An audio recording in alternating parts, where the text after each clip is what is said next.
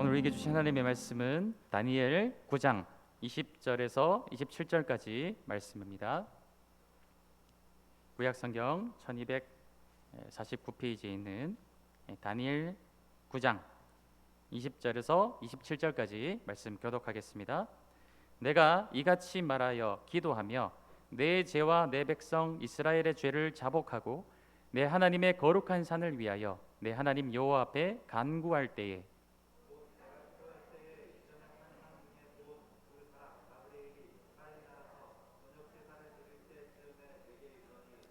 내게 가르치며 내게 말하여 이르되 다니엘아 내가 이제 내게 지혜와 총명을 주려고 왔느니라.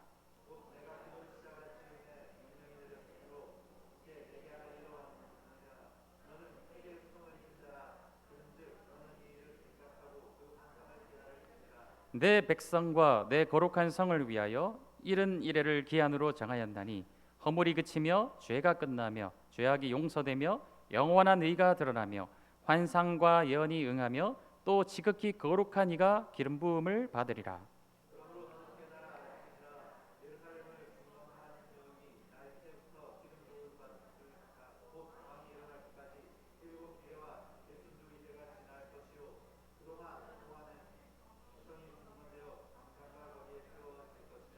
예순 두 일의 후에 기름 부음을 받은 자가 끊어져 없어질 것이며 장차 한 왕의 백성이 와서 그 성읍과 성소를 무너뜨리려니와 그의 마지막은 홍수에 휩쓸림 같을 것이며 또 끝까지 전쟁이 있으리니 황폐할 것이 작정되었느니라. 그가 장차 많은 사람들과 더불어 한 이래 동안의 언약을 굳게 맺고 그가 그 일의 절반에 제사와 예물을 금지할 것이며 또 포악하여 가증한 것이 날개를 의지하여 설 것이며 또 이미 정한 종말까지 진노가 황폐하게 하는 자에게 쏟아지리라 하였느니라 하니라. 아멘. 우리 지난 시간에 다니엘 9장 앞쪽을 함께 말씀으로 나누었습니다. 다니엘이 이 예레미야서를 공부하다가 하나님의 때가 70년이 거의 다 차가는 것을 깨닫게 되었죠. 그래서 이 70년이 채워지게 되면 하나님이 예레미야를 통하여 약속하신 대로 드디어 이스라엘 나라가 해방이 되어 고국으로 돌아가고 귀환하게 될 것이다. 이 말씀이 이제 이루어질 것을 바라보면서 거기에 들뜨며 기뻐하며 즐거워한 것이 아니라 오히려 자기 자신을 겸비하여 낮추고 하나님 앞에 금식하며 죄를 뒤집어쓰고 베옷을 입고 마음을 찢으며 하나님 앞에 자신의 죄뿐만이 아니라 온 민족과 동포 조상들의 죄까지 하나님 앞에 자복하며 회개하며 나아가는 그런 다니엘의 모습을 우리가 지난 시간에 함께 말씀으로 나누었습니다. 거기에 대해서 오늘 읽은 말씀을 보면은 20절 보십시오. 내가 이같이 말하여 기도하며 내 죄와 내 백성 이스라엘의 죄를 자복하고 내 하나님의 거룩한 산을 위하여 내 하나님 여호와 앞에 간구할 때에 그때 어떤 일이 벌어졌습니까? 하나님의 천사인 가브리엘이 날아왔어요. 그래서 가브리엘이 이렇게 이야기합니다. 다니엘에게 22절 말씀 다니엘아 내가 이제 내게 지혜와 총명을 주려고 왔느니라 라고 말씀하면서 23절 말씀 보십시오. 내가 기도를 시작할 즈음에 명령이 내렸으므로 라고 말씀하고 있죠. 다니엘의 기도가 끝난 것이 아니라 다니엘이 기도를 시작할 때에 그때 이미 하나님께서 어떻게 하셨어요? 가브리엘아 출발하시는 거예요. 네가 지금 내려가야 되겠다. 바로 그냥 보내시는 거예요. 이미 하나님은 다니엘의 모든 속사정과 속마음, 다니엘이 기도하려는 그 모든 내용까지도 이미 하나님은 다 알고 계신 것. 이 기도가 끝나기 전에 이미 기도를 시작하려고 하는 그때에 하나님께서는 가브리엘을 보내셔서 이미 응답하고 계시는 하나님을 우리가 말씀을 통해서 보게 되는 것이죠. 이 참고 말씀으로 로마서 8장 26절 27절 말씀을 한번 띄워주시면 함께 읽도록 하겠습니다. 함께 읽겠습니다. 시작. 이와 같이 성령도 우리의 연약함을 도우시나니 우리는 마땅히 기도할 바를 알지 못하나 오직 성령이 말할 수 없는 탄식으로 우리를 위하여 친히 간구하시느니라. 마음을 살피시는 이가 성령의 생각을 아시나니 이는 성령이 하나님의 뜻대로 성도를 위하여 간구하심이니라. 우리 안에 계신 성령 하나님께서 어떻게 하신다고 말씀하고 있나요? 우리가 어떻게 기도할 바를 알지 못할 때에도 성령 하나님께서 말 없는 탄식으로 우리를 도우신다라고 말씀하고 계세요. 그리고 27절 말씀에 마음을 살피시는 이 하나님이시죠. 성부 하나님을 말씀하는 거예요. 그 성부 하나님께서 성령의 생각을 아신다라는 거예요. 성령 하나님 어디 계십니까? 지금 우리 중심 가운데 계시는 거예요. 우리 마음 가운데 계신 성령 하나님께서 우리의 모든 마음의 생각과 심령을 다 감찰하고 계시는데, 하나님께서 성령 하나님과 한 분 하나님이시기 때문에 우리의 모든 속사정을 다 알고 계시고, 그래서 우리가 어떻게 기도할 바를 알지 못해도 우리가 하나님 앞에 기도하려 할 때에 성령 하나님께서 우리의 모든 속사정을 이미 하나님께 다 알고 계신다라는 거예요. 어떻게 기도할 바를 알지 못할 때에도 우리는 어떻게 해야 됩니까? 기도의 자리로 나아가야 되는 거예요. 우리가 구체적으로 막 술술술 어떻게 기도하지 못할 때에도 우리 속에 계신 성령 하나님께서 우리의 모든 사정을 아십니다. 그래서 우리를 위하여 친히 대신 간구해 주시는 분이 성령님이세요. 하나님이세요. 그러니까 기도를 잘 못하겠습니다, 어떻게 기도해야 될지 모르겠습니다, 그렇게 핑계하고 변명할 것이 아니라 우리는 어떻게든 기도의 자리로 나아가려고 힘쓰고 애써야 되는 거예요. 그렇다면 이런 궁금증이 생기죠. 아니, 우리 마음에 계신 성령 하나님께서 우리 모든 것을 다 아시고 친히 대신 기도해 주시는데, 그러면 뭐 굳이 뭐하러 기도해야 될까요? 이미 다 하나님이 아시는데, 내 삶에 다 이미 하나님께서 답을 다 가지고 계시는데 왜 기도해야 되느냐? 그것이 첫 번째로 아까 나왔지만 우리 안에 계신 성령님 때문이기도 하지만 더 중요한 것이 있어요. 하나님은 우리를 인격적인 존재로 창조하셨습니다. 우리가 아이 때는 어때요? 아기 때는 이 아이가 아버지에게, 엄마에게 무언가 요청하지 않아도 엄마 아빠가 알아서 아이들을 어떻게 합니까? 이 아이의 필요를 살피고, 이 아이가 나에게 요청하지 않아도 필요한 것을 이미 알고 다 공급해 주죠. 그런데 다 큰 제 나이쯤 되는 40살 먹은 성인이 아버지한테 뭔가 요청하지 않았는데도 아버지가 야, 니 뭐 떨어졌지? 이거 줄게, 저거 줄게, 그렇게 하는 부모님은 없다라는 거예요. 왜냐? 다 큰 성인은 인격적인 존재가 되었기 때문에 뭔가 필요한 것이 있으면 인격적인 관계 안에서 요청하고 받기도 하고 그렇게 하는 것이기 때문에 그렇습니다. 하나님께서는 우리를 인격적인 존재, 자유의지를 가진 그 존재로 우리를 존중하시는 분이 하나님이세요. 그래서 이미 우리의 모든 필요를 다 알고 계시지만 그럼에도 불구하고 인격적인 존재로 창조된 우리가, 하나님의 형상을 닮아서 창조된 우리가 그 아버지 앞에 나아가서 무언가를 요청하기를 기다리시는 분이 바로 우리 아버지 되신 하나님이시기 때문에 그렇습니다. 그래서 우리는 하나님 앞에 기도해야 되는 거예요. 우리가 가만히 있어도 우리의 모든 필요를 아시지만, 그러나 우리가 인격적인 관계 안에서 하나님 앞에 요청하게 될 때 하나님은 기뻐하시며 마치 기다리셨다는 듯이 우리에게 응답해 주시는 분이 바로 아버지 하나님이시라는 거예요. 오늘 말씀에도 보십시오. 다니엘이 기도하려 할 때 그때 이미 하나님은 가브리엘을 출발시키시는 것을 보게 된다는 것이죠. 우리의 모든 사정을 아시지만 하나님과의 인격적인 관계 안에서 늘 기도의 자리로 나아가시는 그런 성도님들이 되시기 바랍니다. 그러면 그 응답의 내용이 무엇이었습니까? 24절 이하의 말씀에 보면 나오게 되죠. 24절 말씀 다시 한번 보겠습니다.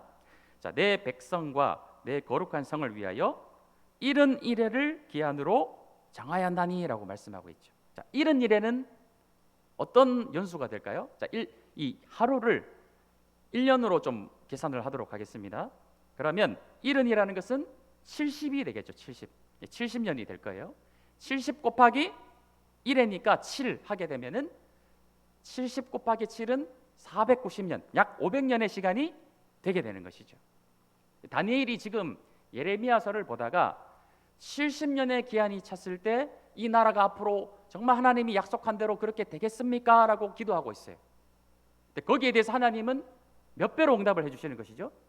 70이 아니라 70번씩 7번 더 긴 시간을 하나님께서는 하나님의 역사, 더 긴 거시적인 하나님의 역사를 다니엘에게 응답해주고 계신 것을 보게 되는 거예요. 하나님은 늘 우리에게 우리의 지식에 넘치는 것으로 응답해 주시는 분이 하나님이시라는 거예요. 그러니까 우리가 기도할 때 우리는 우리의 시야, 우리의 시선, 우리의 시야에 보이는 것을 기도하지만 하나님은 우리에게 주고자 하시는 것이 무엇입니까? 우리의 지식, 우리의 한계를 넘어서서 더 많은 것으로 풍족한 것으로 우리에게 채워주기 원하시는 분이 바로 하나님이시라는 거예요. 70년을 구하였더니 70번씩 7배를 더 더하여서 보여주시는 분이 우리 하나님이시라는 것입니다. 그래서 오늘 말씀을 보게 되면은 그 앞으로 일어나게 될 세계사의 역사를 좀 더 자세하게 응답으로 가르쳐 주시는 것을 보게 되는 것이죠. 근데 이제 이게 선지서의 말씀이고 또 이런 숫자다 보니까 많은 해석들이 있어요. 그래서 제가 이것을 한번 정리하여서 주보에 이렇게 한번 말씀 요약 부분에 기록을 해놓았습니다. 이 숫자 문제에 대해서는 조금 우리가 조심해서 살필 필요가 있기 때문에 그렇습니다.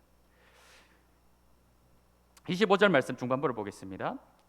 자, 예루살렘을 중건하라는 영이 날 때부터 기름 부음을 받은 자, 곧 왕이 일어나기까지 며칠이 지나가신 것이죠. 자, 7일에, 그러니까 7일에는 7 곱하기 7인 거예요. 그럼 49년을 의미하는 것입니다. 그 다음에 62일에 그러면 62 곱하기 7이 되는 것이죠. 그것을 환산하게 되면은 434년이 되는 거예요. 그래서 7일에와 62일에가 지나갔다라는 것은 49 더하기 434년 하게 되면은 얼마가 될까요? 483년이 되는 거예요. 근데 이것은 유대인에게 말씀하신 연수가 되겠습니다. 그래서 이것을 유대력은 1년을 360일 정도로 계산을 한다고 해요. 이거를 태양력으로 환산해서 역사 속에 대입을 시키려면 태양력으로 환산을 해야 되겠죠. 그래서 이 361일 곱하기 480, 제가 이거 어제 계산한다고 좀 애를 먹었는데 17만 4,364일이 되는 거예요. 그래서 이것을 태양력으로 환산해서 나누기 365일을 하게 되면 몇 년이 되느냐? 약 478년이 되게 됩니다. 그런데 우리 다시 말씀을 볼게요. 자, 24절 말씀으로 다시 올라가겠습니다. 자, 70일에가 지나게 되면 어떤 일이 벌어집니까? 허물이 그치며 죄가 끝나며 죄악이 용서되며 영원한 의가 드러나며 환상과 예언이 응하며 또 지극히 거룩한 이가 기름 부음을 받으리라. 이것은 누가 봐도 장차 오실 예수 그리스도께서 이 땅에 진정한 왕으로 오셔서 기름 부음 받음을 받게 된다는 것을 의미하는 것이겠죠. 그러면 그 주보에 다시 한번 보십시오. BC 445년에 아닥사스다 왕이 느헤미야 2장에 나오는 실제적인 기사입니다. 예루살렘 성을 재건하라는 명령을 하게 돼요. 그래서 이 BC 445년에서 우리가 방금 환산해서 계산하였던 478년이 지나게 되면 서기 몇 년이 되느냐? 정확하게 33년이 되는 거예요. 서기 33년에 무슨 일이 벌어졌습니까? 예수님이 십자가에서 죽으시고 부활하시는 장면이 나타나게 되는 거예요. 이렇게 생각하시면 굉장히 성경이 정확한 숫자를 기록해서 정확하게 예언을 하고 있는 것처럼 보이게 되죠. 그런데 문제는 무엇이냐면은 26절 말씀 보십시오.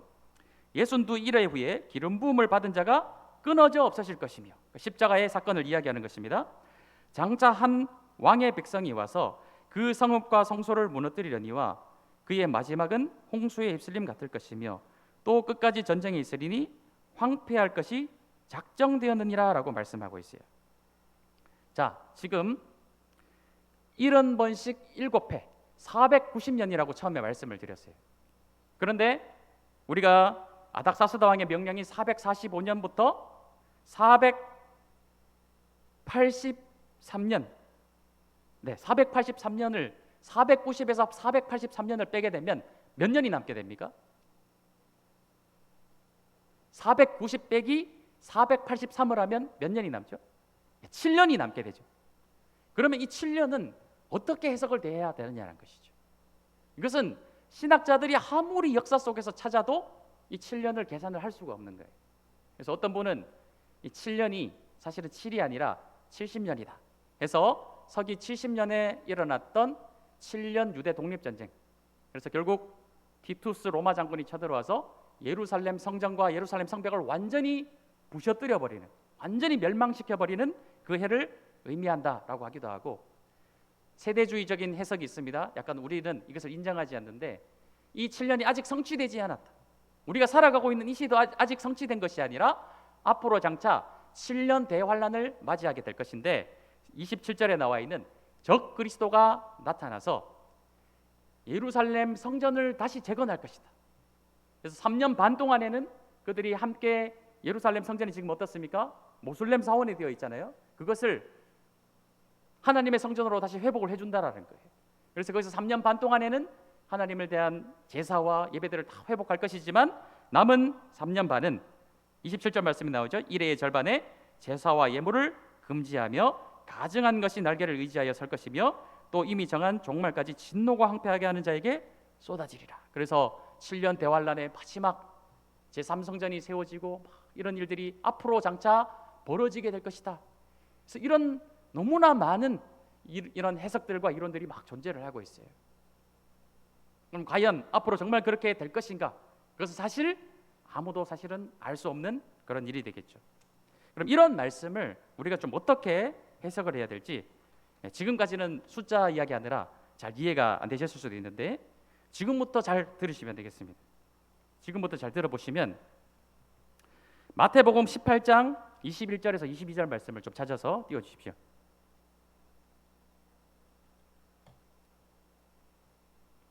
마태복음 18장 21절 22절 말씀을 함께 좀 읽도록 하겠습니다. 시작. 그때에 베드로가 나와 이르되 주여, 형제가 내게 죄를 범하면 몇 번이나 용서하여 주리이까? 7번까지 하오리이까? 예수께서 이르시되 내게 이르노니 7번뿐 아니라 7번을 70번까지도 할지니라라고 말씀하고 있어요. 자, 베드로가 예수님께 물어보죠. 내가 몇 번이나 용서해 줄까요? 형제를 용서해 줄까요? 한 7번 정도면 그래도 많이 용서해 주는 것이 아닐까요? 이렇게 질문하였죠. 여기에 대해서 예수님께서 어떻게 대답하셨습니까? 7번이 아니라 7번씩 70번이라도 하라고 말씀하셨죠. 그러면 7번씩 70번이면 몇 번일까요? 형제를 490번 정도만 용서해 주면 예수님이 말씀하신 것을 완벽하게 순종하는 것이다. 이렇게 생각하시는 분이 계십니까? 그런 의미가 아니겠죠. 7번씩 70번이라는 것은 그냥 무한대로 계속해서 너희가 용서해 주어라라는 그런 예수님의 말씀인 거예요. 끝까지 용서해라라는 그런 예수님의 말씀인 거예요. 그럼 오늘 다시 다니엘로 돌아가서 70일이라는 것은 어떤 것을 의미할까요? 역사 속에서 정확하게 490년 뒤에 어떠한 일이 벌어질 것인가를 역사 속에서 대입해가지고 정확하게 이 사건은 이거고 저 사건은 저거고 이렇게 계산하는 것이 맞을까요? 그것이 아니라는 것이죠. 이것은 하나님께서 너는 70년의 역사를 하나님 앞에 구하였지만 내가 너에게 보여줄 것은 영원한 하나님 나라의 구속의 완성을 너에게 보여주겠다라는 하나님의 말씀인 거예요. 그러니까 이것을 굳이 역사 속에서 몇 년도 이렇게 계산해서 이것은 무슨 사건 이렇게 자르는 것은 하나님의 말씀을 올바로 해석하는 방법이 아니라는 것입니다. 그러면 여기에 나타난 것을 우리가 어떻게 봐야 되느냐? 하나님 나라의 관점에서 보아야 된다는 것이죠. 지금 다니엘이 기도하고 있는 것이 무엇일까요? 하나님, 드디어 예레미야서에서 말씀하신 대로 70년이 다 되어갑니다. 이제 드디어 하나님께서 약속하신 대로 이 이스라엘의 나라가 독립을 맞이하겠군요. 해방되어지고 예루살렘이 다시 재건되겠군요. 하나님, 그 일을 꼭 이루어 주시되 그 전에 제가 우리 민족을 위하여서 회개함으로 기도함으로 나아가겠습니다. 이렇게 다니엘은 하나님 앞에 기도하고 있어요. 그의 시선이 지금 어디에 가 있습니까? 자신과 자신의 민족에게 가 있는 것이죠. 근데 하나님은 그보다도 더 긴 역사를 보여주시면서 지금 무엇을 말씀하고 있어요? 온 나라 민족 가운데 예수 그리스도를 보내주시고 죄와 사망의 그늘 아래 있는 자들을 다 해방하여 주실 것에 대해서 말씀하고 계시는 거예요.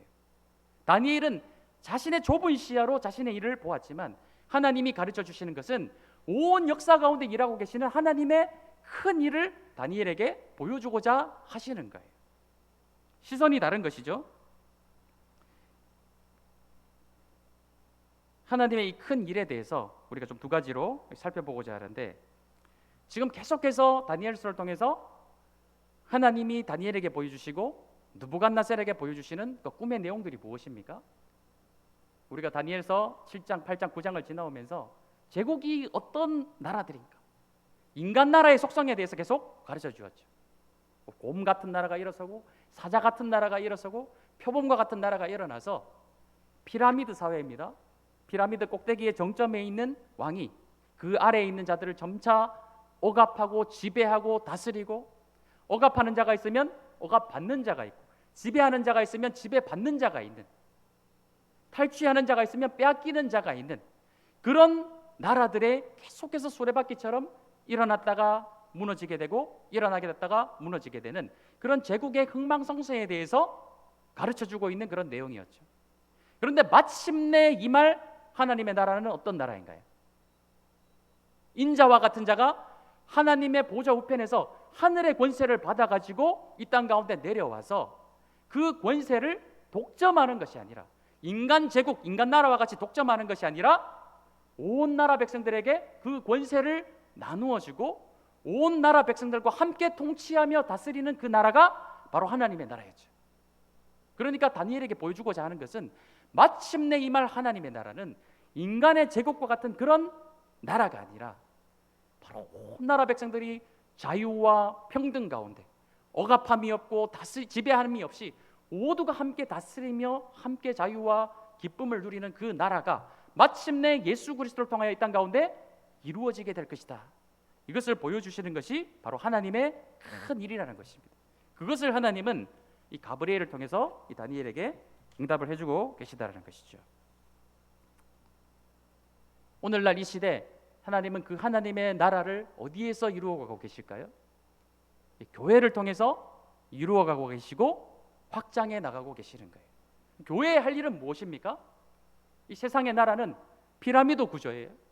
다스리는 사람이 있고 통치하고 억압하고 짓누르는 사람이 있고 지배하는 사람이 있는 것이 이 세상 나라의 속성이에요. 그 가운데 교회는 어떠해야 될까요?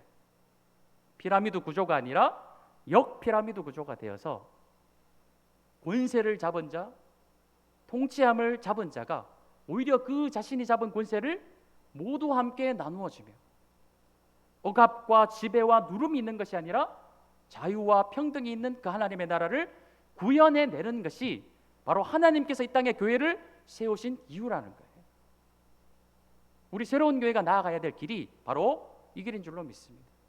세상에서 경험할 수 없는, 세상에서는 피라미드 구조를 경험하게 되지만 이 하나님 나라, 하나님이 세우신 교회에 들어왔을 때는 그러한 것이 없는 나라, 정말 하나님 앞에서 자유를 함을 경험하고 억누름이 없는 곳, 평화를 누리는 곳, 그런 것이 하나님의 교회라는 것이죠. 그래서 오늘날 그러한 것들이 교회 안에서 많이 무너져 있어요. 우리 새로운 교회가 나아가야 될 길은 바로 이 땅 가운데 그 하나님의 나라를 세우는 것입니다. 제가 요즘 계속해서 교회에 대해서 이제 말씀을 드리다 보니까 자꾸 뭔가 다른 교회를 비판하고 비난하는 것이 아니라 원래 말씀에 나와 있는 하나님께서 교회를 통해 이 땅에 이루고자 하는 그 나라가, 그 교회가 바로 이런 것이다라는 것을 말씀드리는 거예요. 또 한 가지 하나님의 큰 일에 대해서 우리가 말씀을 찾아보도록 하겠습니다. 사도행전 2장 11절에서 또 말씀을 한번 보고 16절에서 21절까지 말씀 보도록 하겠습니다. 우리 함께 읽도록 하겠습니다. 시작. 그레데인과 아라비아인들이라 우리가 다 우리의 각 언어로 하나님의 큰 일을 말함을 듣는도다 하고, 성령이 충만하니까 사람들이 방언을 하기 시작해요. 그래서 막 알아들을 수 없는 각 나라의 언어들로 막 하나님의 일들을 막 방언으로 기도하기 시작합니다. 외국 사람들이 이 말은 우리나라 말인데 하고 들어보니까 무슨 내용이었다라는 거예요? 이 사람들이 유대인들인데 우리나라의 언어로 무엇을 말하고 있습니까? 하나님의 큰 일에 대해서 막 말을 하고 있는 거예요.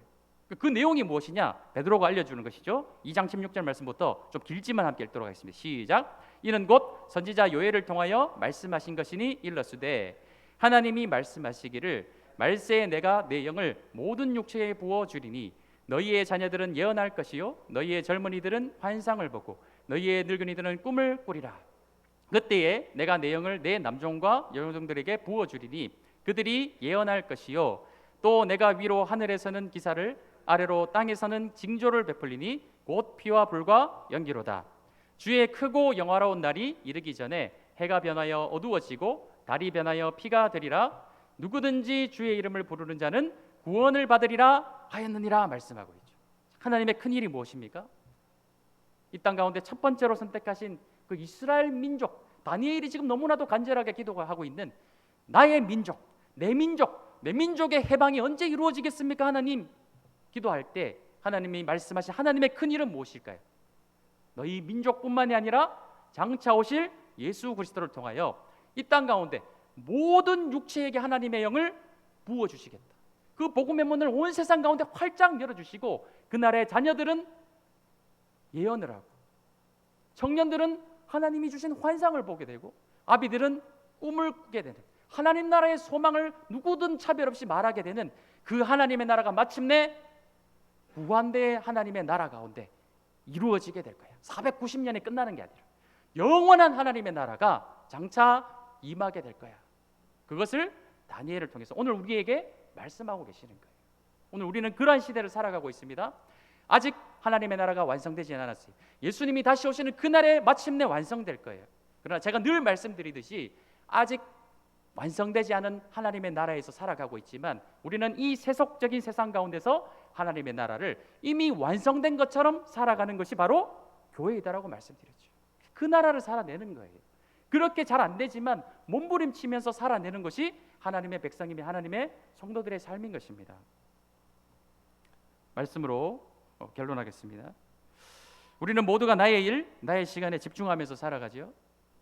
그런데 근시안적이 오늘 일을 위하여, 내일 일을 위하여서 오늘 걱정하며 살아가는 것이 바로 연약한 우리들입니다. 그래서 우리의 기도는 내일 일을 염려하며 기도하는 것이죠. 거기에 대해서 예수님이 무엇이라 말씀하셨습니까? 내일을 위해 염려하지 말고 먼저 그의 나라와 그의 의를 구하라라고 기도하셨어요. 다니엘이 내일을 위하여 염려하며 기도했더니 하나님은 무엇으로 응답해 주셨습니까? 하나님의 나라, 그의 나라와 그 뜻을 위하여 기도하라라고 가르쳐주고 계시는 거예요. 나의 문제를 위해서 기도하는 것도 너무나도 중요합니다. 그러나 예수님이 가르쳐 주신 기도에 다시 한번 집중해 보십시오. 아버지의 뜻이 하늘에서 이루어진 것 같이 땅에서도 이루어지기를 날마다 간절히 구하며 살아야 되는 것이 바로 하나님의 성도들의 삶이라는 것이에요. 하나님이 우리 교회를 왜 세우셨을까요? 왜 이 자리에 우리를 모이게 하셨을까요? 우리만의 문제가 아니라는 것이죠. 하나님은 우리 교회를 통해서 아버지의 뜻이 하늘에서 이루어진 것처럼 이 교회를 통해서 하늘의 뜻이 이 땅 가운데 이루어지기를 원하는 것이 하늘 아버지의 뜻이라는 것을 우리가 좀 큰 시야를 가지고 바라보셨으면 좋겠어요. 오늘 내가 살아가는 이 하루가 나만을 위한 오늘 하루가 아니라 하나님 나라의 그 긴 역사 가운데 살아가고 있는 오늘 내가 살아가는 이 하루라는 사실을 좀 큰 시야를 가지고 시선을 가지고 바라볼 줄 아시는 큰 믿음을 소유한 하나님의 백성들이 되기를 축원드립니다. 우리 함께 이 시간 찬양하겠습니다.